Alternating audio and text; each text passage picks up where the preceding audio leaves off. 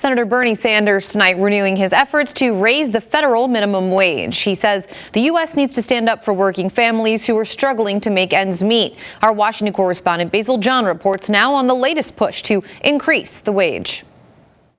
Nobody in this country can survive on $7.25 an hour.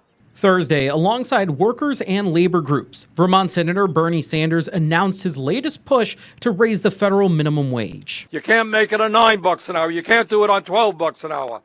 We need an economy in which all of our workers earn a living wage. Sanders is now calling to raise the federal minimum wage over a 5-year period to $17 an hour. 15 isn't even enough for what we're going through today. The last minimum wage bill passed by Congress was in 2008. Do you think it's time to raise it? I do. But opponents say raising the minimum wage will kill small businesses and spike inflation. Most of the data shows that the minimum wage does not have a great track record of reducing poverty. Employment Policies Institute Executive Director Michael Saltzman says even a $15 minimum wage could lead to job loss. If you do this nationwide, businesses aren't going to have that option to expand in lower cost areas.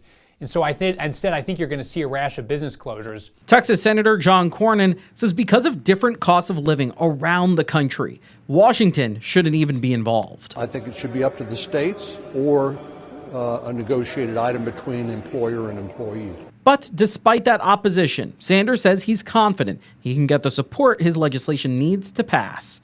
Reporting in Washington, I'm Basil John.